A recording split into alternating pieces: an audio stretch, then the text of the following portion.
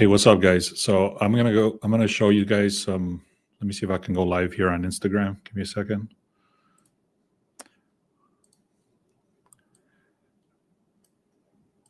All right, so here we go, guys. Welcome to B Sports Picks. Welcome to B Sports Picks. Today I have one play in baseball, and I have three batter props that I'm going to share with you.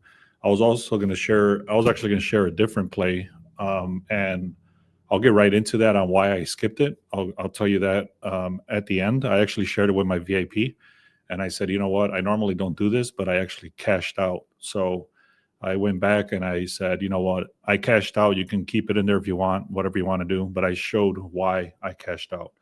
So I do have one very strong play, and then like I said, I cashed out of the other one, and then I do have another one that I threw in for VIP. But I'm gonna hook you guys up right in this video with three batter props and one baseball play.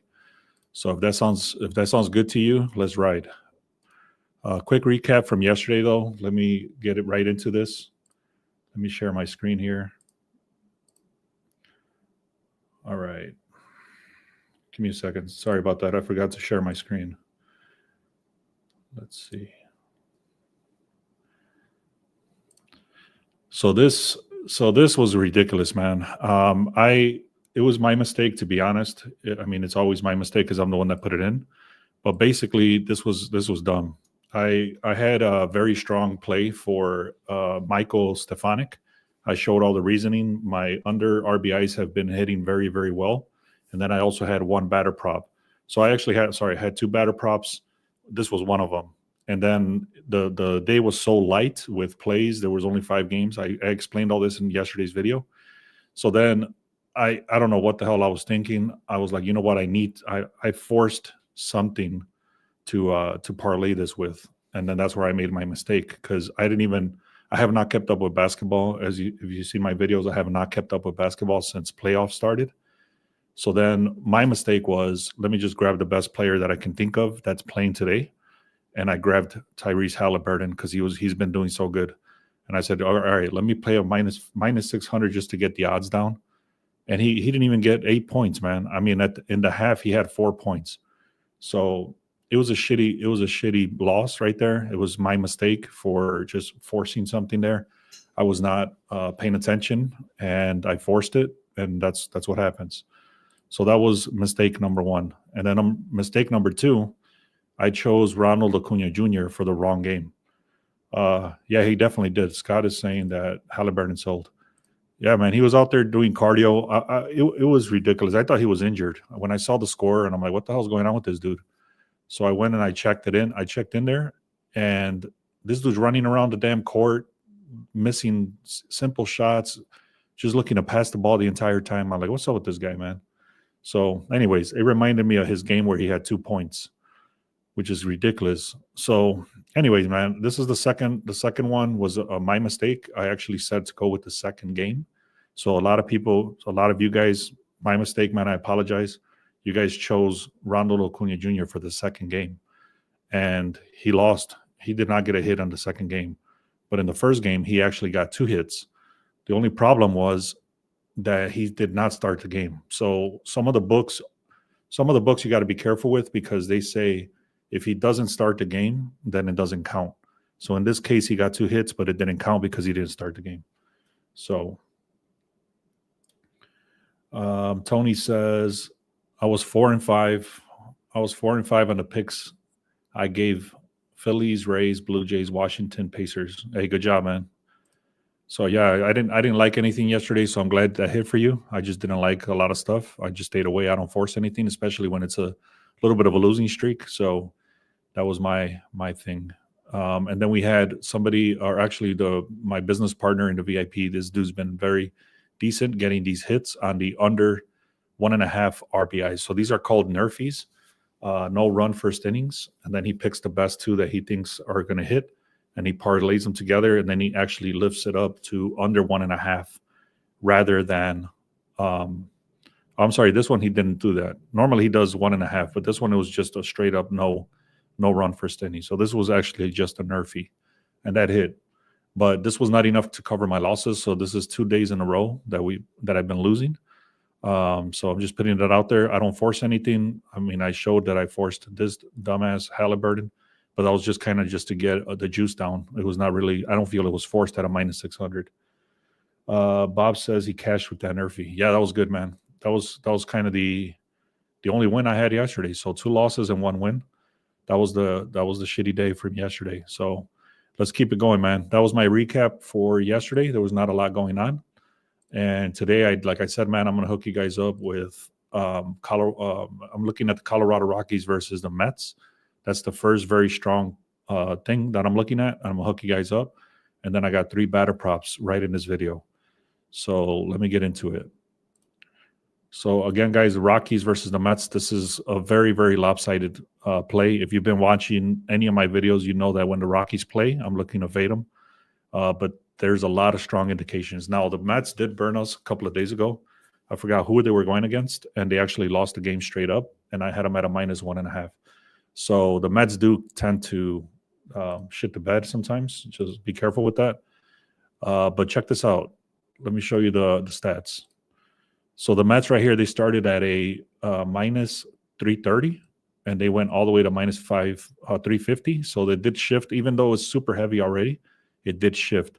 You could see 96%, 97% right there. That's the public. I can't say certain words, so I just gotta say it like that. But anyways, it moved 20 cents or 15 cents. No, I'm sorry. Yeah, 20 cents. The public is all over it. Sharp indications. It is showing sharp money is coming in on it as well. Overwhelming support on the public side. 96% of everything's coming in. Everything's agreeing with the Mets. Offensive production, they're ranked 26. So Colorado Rockies, if you look at the OPS, what that means is the rank percentage on the last 7 days of how often they get on base. And the Rockies are 26th. They're one of the worst teams in the league right now. And then the Mets are 15th. So they're at right at my 0.500. So there's a massive 11 rank edge for on-base percentages. The last 10 games, the Rockies are 6-4, so they're not too bad covering the spread. And then again, Rockies are 3 sorry. So the Rockies, let me take this back.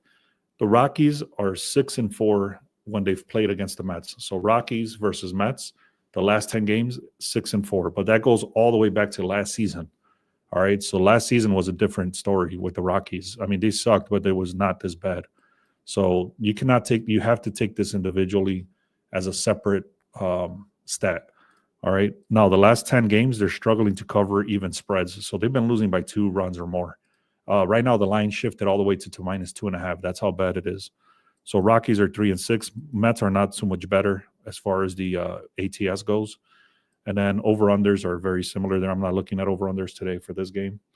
So then we got a critical situation dominance. Rockies are 7%. So this is very, very important. We got something called insights, and the insights tells you, like, for example, I'm going to give you this perfect example right here. Rockies are 2-24, 7% in the last 26 road games. So every time they're on a road, they're only hitting at a 7% hit rate. That's a ridiculous insight, okay? The under also is telling you 67% on the under for the Rockies. That is not counting when they're playing in the Rockies Stadium. Rockies not only lose on the road, but they consistently fail to produce offensively because, like I said, OPS record is very, very nasty. You can see there's a bunch of stats. I'm not going to go into every detail, but I will get into this one. The win probability for the Mets is at 83% versus the Rockies. So let me put up the comments right here. So Bob is saying, as a Mets fan, I can concur. And then Tony is saying, what is this guy saying? It's a good pick for the Mets. The Mets can't hit. The Mets can't hit right now. The Mets are 50-50. They're 15th. So they're not horrible, but they're not great. Okay. Ninth inning. So now I also did something called the 9th inning. So I checked on the 9th inning if the Mets are going to bat, and the projection is no at a minus 220. So what this means is that the books predict that the Mets are not going to bat, and this is a heavy, heavy odd that it's saying that it's not going to bat. They're not going to bat. What this means, again, is that more than likely they're going to be winning the game, and they're just going to finish. They're not even going to bat in the 9th. Now, I've seen the Rockies somehow keep the games close, especially against decent teams like the Cubs and stuff like that. So you got to be careful. And like I mentioned, the Mets have shat the bed before. Even for us, last couple of days, they did shit the bed. So now another strong thing here is you look at the Mets over 8.5 hits. It's favored to get over 8.5 hits. So that's already telling you the books are favoring they're going to get more than 8.5 hits. And you compare that to the Rockies under 7.5 hits. That's a 2-hit differential. So I hope that makes sense. The last thing I'll talk about here is the Rockies' 5th game. The Rockies, the last 5 games are, you could see, let me zoom in a little bit. The Rockies, you see those little 5 zeros or 5 circles? That means they have not won or not covered the spread in the last 5 games. Look at this ridiculous record, 9-47. They're one of the worst teams in the last 124 years. The projected score here is the Rockies to score 4 and the Mets to score 5. Also, you look over here, the Mets, they're 4-5 in the last 5, 4 out of 5 in the last 5, and their record is over 500. All right, so what I'm doing here, I'm going to go with the -1.5 on the Mets. I cannot show the slips anymore. I'm not going to do that anymore, but it's going to be a -1.5 on the Mets. The line already shifted over to a -2.5, so you're going to have to look for alt spreads in your book. I don't know if all the books do that, or I don't know if all the books shifted it, or if it's already more expensive on the -1.5. I don't know. You have to look at your own book to see what that offers, but I'm taking that for a -1.5. Now, one last time I'll mention it is the last time we took the Mets at a -1.5, they shat the bed. They did, I believe I can't remember if they won the game, but they didn't cover. I don't remember the details, but they did mess up the play. What's up, Julio? All right, guys. So the other game I had here is the Tigers. I was looking very, very heavily at the Tigers. Everything was matching. I'm not going to get into the details, but everything was matching. Everything was saying this is great, especially with Casey Mize. The line was shifting. Everything. I literally had my money in there already. And when I went to start trying to record, like when I started getting my data to record this video, actually, then I noticed something. I went to take a screenshot of this so that I can explain it. And what I noticed here, it says KC versus Mize. I know it's kind of hard to see that, but it says KC versus Mize. That means Royals versus the pitcher, which is Mize. Mize is a very, very good pitcher. He has a 7-0 start to the season, which is ridiculous. He has not lost a game since he started, but this is the thing that turned it off. You can see right here where it says OPS. Blanco, he's hitting at a 1.0. What this means is the OPS on base percentage, they're hitting this dude a lot. Look at this guy. Blanco 1.0. Cana 2.6. Furman 1.0. Garcia 1.25. India 1.0. 777. 1.0. 1.4. Now compare that to these guys over here. Okay. Now look at these 1.0s and compare that to over here. 0.43, 0.500, 0.167, 0.83. The only guys here is McKinstry and Baez. That's it. Everybody else has a minus or less than 1.0. Everybody over here has over 1.0. So I don't like it, man. It's just what this tells me is very clearly that the Royals, they have Mize's number. So even if he has all these great records and all the great starts and this and that, and the other thing that I noticed too is it was kind of iffy is that the OPS record for the last 7 days is that the Tigers and Royals are very similar. They're like 24th. So, anyways, that's that. All right, guys. So let me go back into here now, and I'm gonna hook you guys up now with the. Also, I'm sorry. So then go to the link in the description if you haven't done that. There's a free things there, free picks. So make sure you take care of that. Also subscribe. If you're on any other channel besides YouTube, come to YouTube and type in the word Beast Sports Picks, and then subscribe there. That's where I'm going to post all my videos, my lives, everything like that is always on YouTube. So here we go. So I do like Aaron Judge. The only thing I don't like about this is that he did not get a hit. What was this? 2 days ago. So when I see something like this, for example, whenever I see that the last game he did not get a hit, so then this other guy that I showed earlier, what's his name? What the hell's his name?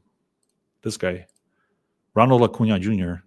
He did not get a hit in the second game. Okay, so when I did his stats, he did not show up as it showed up as a 0 right here because that was his last game. He did not get a hit. So the way I look at this is if the batter is playing right and he comes just like what's his name, Halliburton, he got 8 points. So then he comes in the next game and he's like, shit, man, I did horrible. So they have that messed up mindset already. So anyways, Aaron Judge is a different animal because they walk him a lot anyway.